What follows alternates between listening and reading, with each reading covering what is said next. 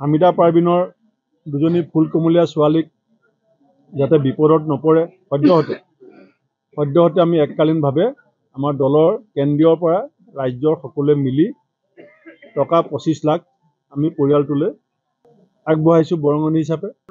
আমাৰ কংগ্ৰেছ দলৰ যি গণতান্ত্ৰিক ৰাজভৱন চলোৱা আমি যাত্ৰা কৰিছিলোঁ, তাত পুলিচৰ অতিশয্যাত মৃদুল ইছলাম শ্বহীদ হয়। শ্বহীদৰ পৰিয়ালক স্থানীয় ৰাইজৰ লগতে গোটেই অসমৰ বিভিন্ন প্ৰান্তৰ ৰাইজে সমবেদনা জনাইছে। আমাৰ লোকসভাত বিৰোধী দলৰ প্ৰতি ৰাহুল গান্ধী ডাঙৰীয়া, আমাৰ কংগ্ৰেছ সভাপতি মাল্লিকাৰ্জুন খাৰ্গে ডাঙৰীয়াই টেলিফোনত ইতিমধ্যে হামিদা পাৰবিনৰ সৈতে কথাও পাতিছে, পত্ৰও প্ৰেৰণ কৰিছে। আৰু ৰাহুল গান্ধী ডাঙৰীয়াৰ প্ৰেৰণা আমাৰ অসমৰ মাননীয় বিধায়কসকল, সাংসদসকল, প্ৰদেশ কংগ্ৰেছৰ বিষয়ববীয়াসকল, আমাৰ বিভিন্ন জিলাৰ নেতৃবৃন্দই সকলোৱে স্বইচ্ছাই হামিদা পাৰবিনৰ দুজনী ফুলকুমলীয়া ছোৱালীক যাতে বিপদত নপৰে সদ্যহতে আমি এককালীনভাৱে আমাৰ দলৰ কেন্দ্ৰীয়ৰ পৰা ৰাজ্যৰ সকলোৱে মিলি টকা 25 লাখ আমি পৰিয়ালটোলৈ আগবঢ়াইছোঁ বৰঙণি হিচাপে। আৰু আমি চৰকাৰক কৈছিলোঁ এটা চাকৰিৰ কথা, কাৰণ পুলিচে অতিশয্যাত অত্যাধিক কন্দুৱা গেছ ঠেলাই হেঁচাত তেওঁৰ মৃত্যু হোৱাৰ কাৰণে এইটো চৰকাৰৰ নৈতিক দায়িত্ব আছিলে, কিন্তু চৰকাৰৰ এতিয়ালৈকে আমি কোনো আন্তৰিকতা দেখা নাই।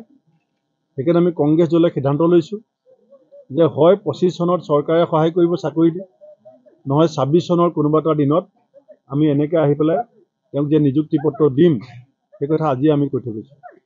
দ্বিতীয়তে আমি মৃদুল ইছলামৰ যি সমবেদনা আমাৰ অসমৰ বিভিন্ন দলৰ নেতাকৰ্মী, বিভিন্ন অৰাজনৈতিক দল সংগঠন, বিভিন্ন বিশিষ্ট ব্যক্তিসকলেও আমাক পৰামৰ্শ দিছিলে যে তেখেতৰ এটা কেন্দ্ৰীয়ভাৱে শ্ৰদ্ধাঞ্জলি অনুষ্ঠান হ'ব লাগে। আমি সদ্যহতে 18 জানুৱাৰী বুলি ধৰি লৈছোঁ, এমাহ হ'ব, কিন্তু এতিয়া শুনি আছোঁ পঞ্চায়ত নিৰ্বাচনো ঘোষণা হ'ব পাৰে।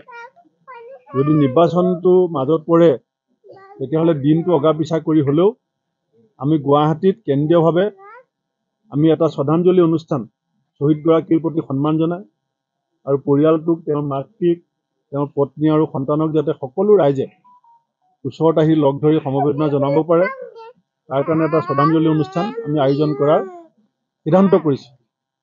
আৰু লগতে এয়া আজি আমাৰ যিটো আগমন প্ৰদেশ কংগ্ৰেছ বা বিধায়িনী দল, আমি এইটো আৰম্ভণি। এই পৰিয়ালক আমি কেতিয়াও নেৰোঁ, আমি সকলো সময়তে তেওঁলোকৰ লগত থাকিম। ৰাজনৈতিকভাৱেও যদি পৰিয়ালটোৰ সুৰক্ষাৰ কথা ৰাইজে পৰিয়ালে আলোচনা কৰে, সেইখিনি কথা আমি নিশ্চিতভাৱে আমাৰ নিজৰ পৰিয়ালৰ এজন সদস্য হিচাপে, কংগ্ৰেছ পৰিয়ালৰ এজন সৈনিকৰ মৃত্যু, গতিকে সেই মৃত্যু আমি অথলে যাবলৈ নিদিওঁ। আমি য'ত যেতিয়া যেনেকৈ সুবিধা পাম তাৰ সঠিক মূল্যাংকন যে কৰিম আৰু সুখে দুখে পৰিয়ালটোৰ লগত থাকিম, এইখিনি কথাই আজি জনাইছোঁ।